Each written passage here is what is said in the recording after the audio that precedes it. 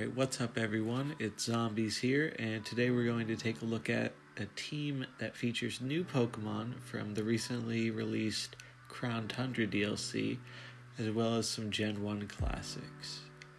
Here we can see a quick overview of the whole team, and overall I think it has a solid variety of types, with mons that support each other nicely for doubles in VGC. The team was built around the new Galarian Moltres, and he can be a very dangerous threat when Dynamaxed, especially so when he's rocking a +2 or even +3 boost from his item and ability. Raichu is there for screens and support as well, as having some great coverage for water types and Heatran, and he gives electric immunity through Lightning Rod, which is great to pair with Moltres. Then we have G-Max Venusaur and Torkoal, the classic Sun Team duo that do great together and help give us a counter to other weather-dependent teams like Tyrannitars.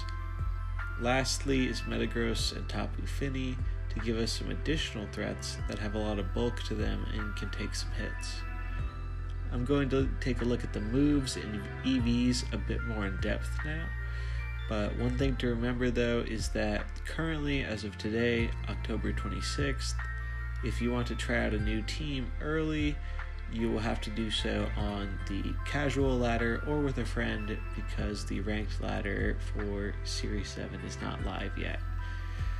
The ladder is going to be going live soon though for Series 7. It goes live on the 1st of November, which is in just a few days, so we won't have to wait too long. Alright, so without further ado, let's take a look at these EVs and moves. Okay, so first off we have Moltres, who is a beast and might just be my favorite of the new bird forms we've gotten in the DLC. So, for his EVs we're rocking 252 special attack, 252 speed, and 4 HP with a timid nature, so we're really caring about that speed. We want him to outspeed so he can sweep.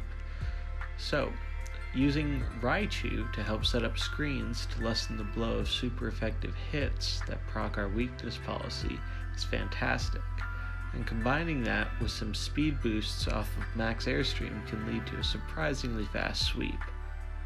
His ability Berserk is great too for giving that little additional +1 bonus to a special attack if your opponent gets close to knocking it out. Fiery Wrath is a very powerful move, as it hits both opponents, and Snarl gives us a way to weaken specially offensive threats. U-Turn is more of a flex spot right now, and it could be replaced with another utility move such as Taunt, Nasty Plot, or Shadow Ball if those moves line up better against the meta you're experiencing. Next up is Raichu, our speedy support mon, who also provides our Moltres with some nice protection via screens and its hidden ability Lightning Rod to absorb all incoming electric attacks.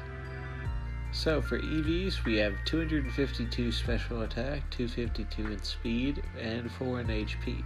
So he's going to be our fast special lead.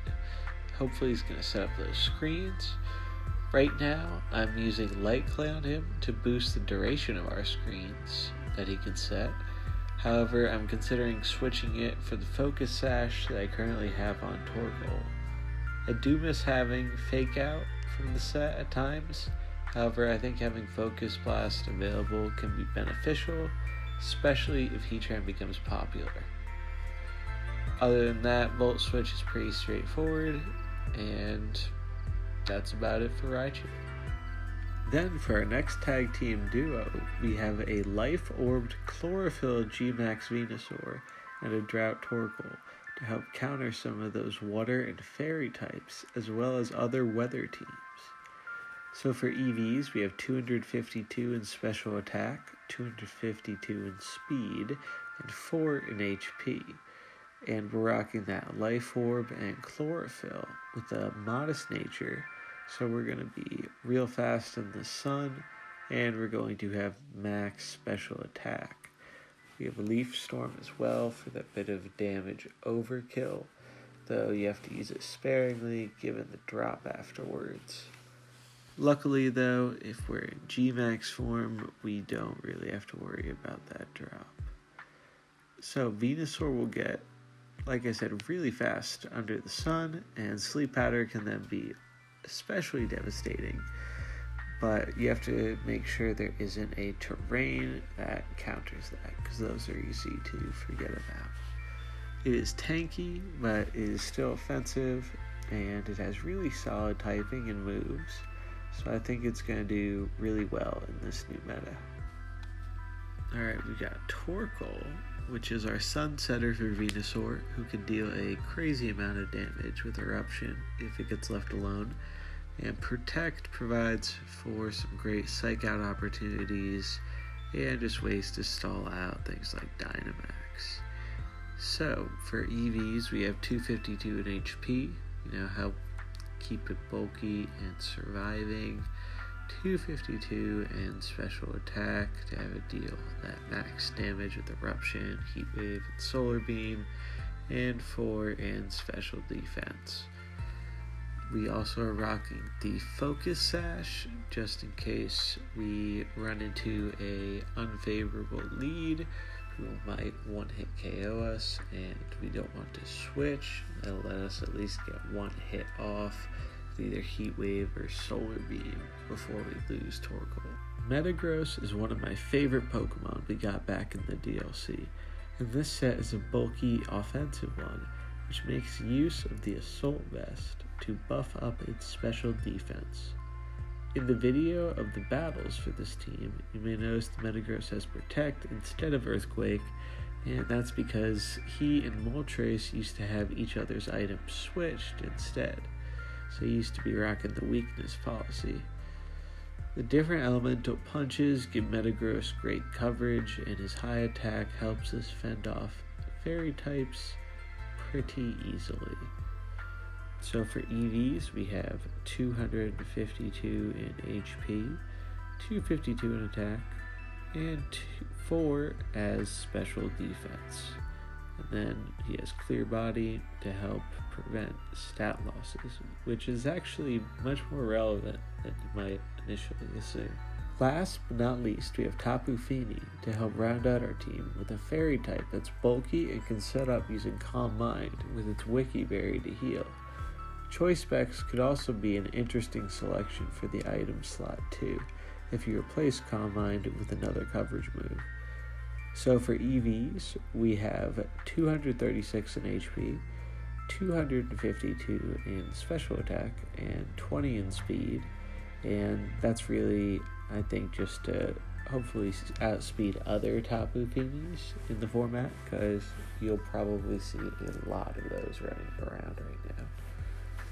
So we have Moonblast to hit hard versus opposing dragons, and the Muddy Water is really good for just getting off damage on both opposing Pokemon. Ice Beam could also be Icy Wind if you want, and you think that the extra loss to your opponent's speed is more favorable over the damage. However, I really like it for the damage because that way you're sure you're going to one-hit KO things like Landorus, which is a very common threat. And you're also seeing a lot of flying types right now, so just the high damage I think will come in handy. And that about wraps it up. So we have the team ID here again if anyone wants to use the rental team in-game. And I'll have the PokePaste info in the description as well. Be sure to check out the video of the 3 battles that I'll have following this. There'll be a link to that in the description. And I will catch you next time.